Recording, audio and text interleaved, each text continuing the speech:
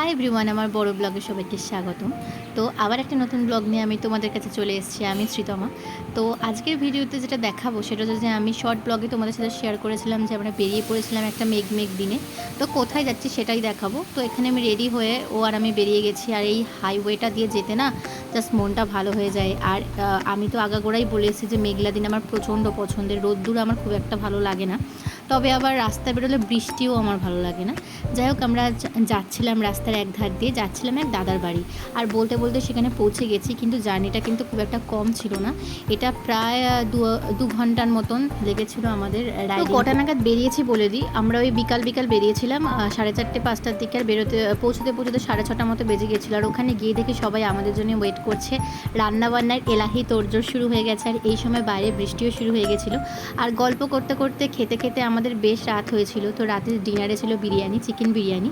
এটা দাদার মা নিজের হাতে রান্না করেছে। রান্নাবান্না তো জেঠিমার অসাম, সেটা নিয়ে আলাদা করে আর কিছু বলারই নেই। আর ডিনারটা বেশ জমিয়েই হয়েছিল। আর সত্যি কথা বলতে কি, সবাই মিলে যখন একসাথে হওয়া যায় না, তখন এই খাওয়া দাওয়ার থেকে যে গল্পগুলো একসাথে হয় সেগুলোই না আলাদা একটা জায়গা নিয়ে নেয় আমাদের মনে। তো তারপরে আর কি রাত্রিবেলা ঘুমিয়ে পড়ি, সকাল সকাল উঠে যাই। আর সকাল সকাল ওঠার পরে এত সুন্দর চা আর বিস্কুট চলে আসে। আর দাদাদের বাড়ির জায়গাটা আমি তোমাদেরকে আস্তে আস্তে দেখাচ্ছি। জায়গাটা প্রচণ্ডই সুন্দর। বাড়ির সামনে একটা এরকম খোলা জায়গা রয়েছে, চারিদিকে প্রচুর গাছপালা। মানে এটা না হাবড়াতে একটা হালকা গ্রামের মতন জায়গা। মানে খুব বেশি গ্রাম না, কিন্তু এতটাই গাছপালা যে তোমার দেখে খুব ভালো লাগবে। আর সকালবেলার এই যে হাওয়াটা, এই ভাইবসটা কালেক্ট করতে আমার বরাবরই প্রচণ্ড পছন্দের। তো তারপরে এখানে সবাই গল্প করছিল। আর এই ফুল গাছটার দিকে আমার চোখ পড়লো। এই ফুল গাছটার নাম হচ্ছে রাখি ফুল।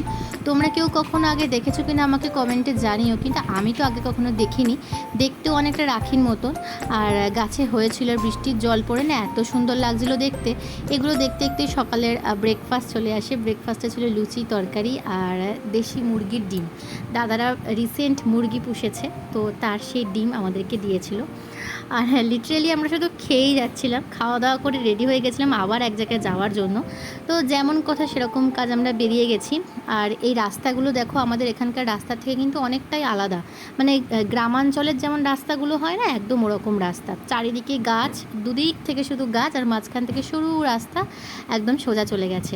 আর এই জার্নিগুলোই না আমাকে ভীষণভাবে, মানে কি বলবো, মন কাড়ে আমার। সাইড দিয়ে ক্ষেত, মাঝখান থেকে রাস্তা, আমরা যাচ্ছি।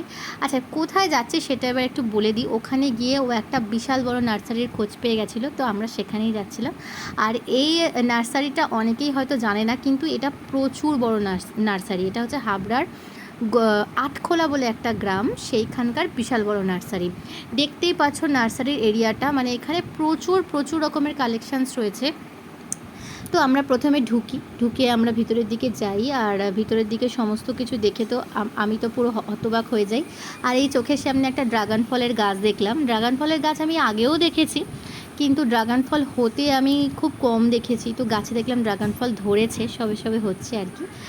আচ্ছা, তারপরে এখানে গিয়ে আমার বেশ কিছু মানুষের সাথে পরিচয় হয়। আমি যে নতুন জায়গায় যাই, সেখানকার মানুষের রীতিনীতি বা কালচার, এটা আমাকে খুব টানে, সেটা জানতে আমার ভীষণ ভালো লাগে।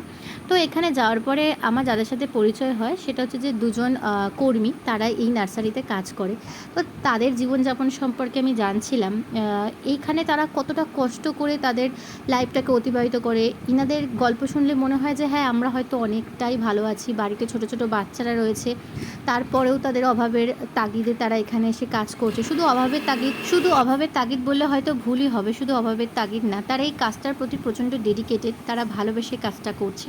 এই যে গাছগুলো সমস্ত প্যাক হচ্ছে, আমি জিজ্ঞাসা করলাম যে এগুলো এরকম প্লাস্টিক দিয়ে মুখটা বাঁধছো কেন? তো তারা আমাকে রিপ্লাই করলো যে এই গাছগুলো নাকি এরকমই প্রজাতি, যে মুখ যদি না বেড়ে যদি হাওয়া লাগানো হয়, তাহলে গাছগুলো থেকে নাকি পাতা বেরোবে না।